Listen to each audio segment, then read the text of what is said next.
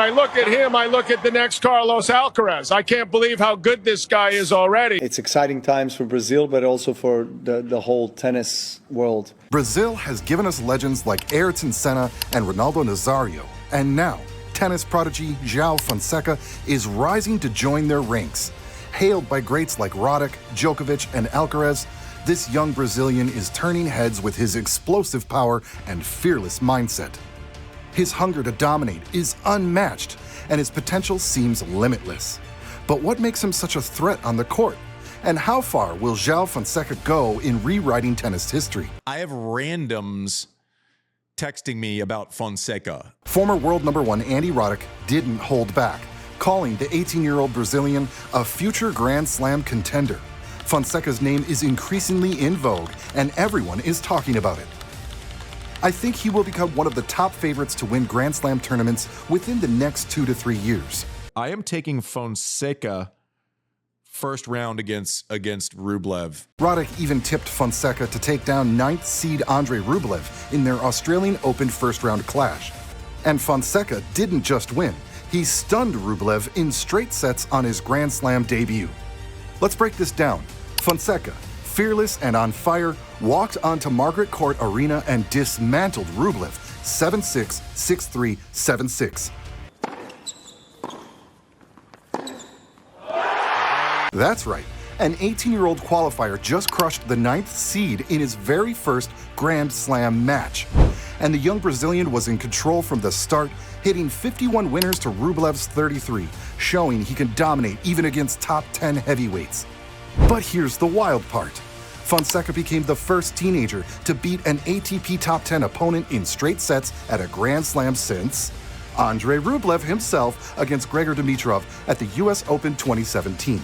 Reversal. This victory? It put him in elite company, making him the only teenager since 1973 to beat a top 10 player on his Grand Slam debut.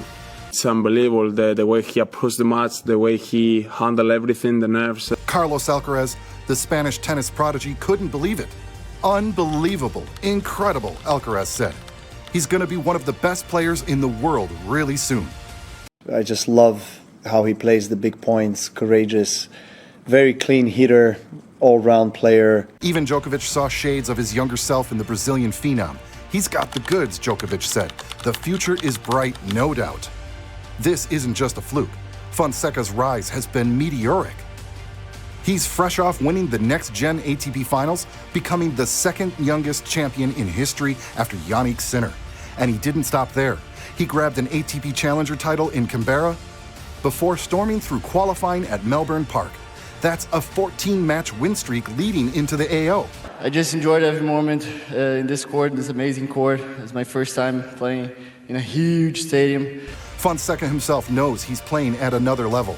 I'm feeling confident. I'm playing great tennis, he said after his Rublev win. My expectations are bigger now. I want more and more. But let's not forget, breaking into the elite isn't easy. In the second round, Fonseca's dream run ended in a 5-set thriller against Italy's Lorenzo Sonego. Nerves got the better of him, but this is just the beginning. Now you guys may already be wondering, what's the secret sauce behind João Fonseca's meteoric rise? Short answer, there isn't one. This guy has a forehand that's already drawing comparisons to South American legends like Juan Martín del Potro and Fernando González. But here's the kicker. Fonseca's forehand might be even better. Yep, better. Why? Unlike Del Pot's long levered motion, Fonseca's forehand is compact, flexible, and ultimately more reliable. It's a weapon of mass destruction, and the numbers back it up. During his match against Jakub Mensik at the Next Gen ATP Finals last December, Tennis TV dropped a stat that blew everyone's minds. 44% cross-court and 56% down the line. Let that sink in. He's hitting more than half of his forehands down the line. The commentators are speechless. One analyst nailed it. If Fonseca's forehand keeps targeting his opponent's weaker side with this kind of precision, it's game over, man. Here's why that stat is insane. Most players stick to cross-court rallies. It's easier, safer, and gives more margin for error. But Fonseca, he's out here changing direction like it's nothing, consistently pulling off one of the riskiest shots in tennis. The net is higher near the posts, the margin for error shrinks, and the timing has to be perfect. Even Djokovic, the king of down-the-line backhand, doesn't attempt it that often because the risks are just too high. Fonseca is rewriting the rules. If his forehand can really deliver those down-the-line bullets with consistency, he's doing what physics and court dimensions say shouldn't be possible. This isn't just a great shot, it's a game changer. The Brazilian teenager has been making waves in recent years for his immense talent. But how does Fonseca truly stand out? Spoiler alert, it's not some top secret strategy. It's raw power and precision. His forehand isn't breaking the tactical rulebook, but it doesn't need to. At just 18, Fonseca already plays like a pro, hitting in all the right directions, just harder and sharper than most. That's a recipe for domination. He's already climbing the forehand potency leaderboard, a metric combining winners, forced errors, and shots that set up the kill. Fonseca is basically tied for second, rubbing shoulders with the best like Rublev. Let's pause for a second. If you're already on Rublev's level at 18, that's insane. Of course, there's a catch. The dataset is still limited.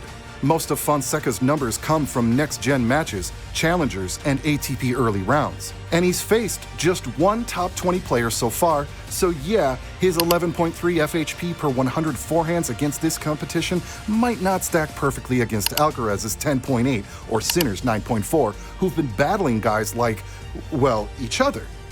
But don't write him off too quickly. He posted an 11.0 FHP against Fee in Rio as a 17-year-old. And in the Davis Cup against Botic van Zandsloot, one of the tour's toughest grinders, Fonseca smashed a jaw-dropping 16.7 FHP. For context, when Sinner faced Van de Zandsloot this year, his FHP barely hit 7.1. Where does Fonseca's forehand do the most damage? Let's break it down because this is wild. Fonseca doesn't fire an unusual number of forehands down the line, but when he does, it's practically game over. Out of 200-plus players with comparable data in the match charting project, Fonseca ranks 6th in points won with this shot. Insane, right? But here's where it gets weird. The top spots are filled with young guns like Shang, Bassavaretti, and Van Asche, all from the 2024 Next Gen crew. Is this the era of the killer down-the-line forehand? Maybe. But let's not forget the competition isn't exactly prime Nadal or Alcaraz. For clay quarters especially, this shot is more about building the point than closing it. Now here's the scary part. Fonseca's dominance skyrockets on hard courts. He jumps to second on the list, winning a ridiculous 68% of points where he hits a forehand down the line. What's even crazier?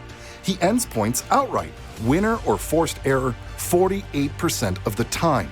For comparison, Delpo, the king of forehand power, topped out at 60% and 39% respectively. What's Fonseca's secret sauce here? Raw power and unmatched precision. His forehand speed and control give him an edge across all shot directions. But the numbers on his down-the-middle forehand are absolutely jaw-dropping. Most players hit this shot defensively, losing more points than they win. Not Fonseca.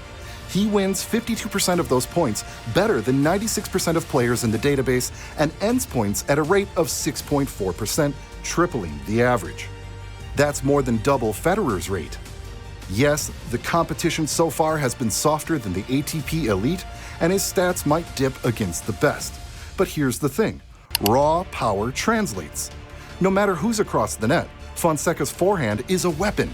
The question is, how will it stack up in 2025 when he faces the game's heavyweights? And will Fonseca's forehand rewrite the rules of power tennis? Drop your take in the comments below.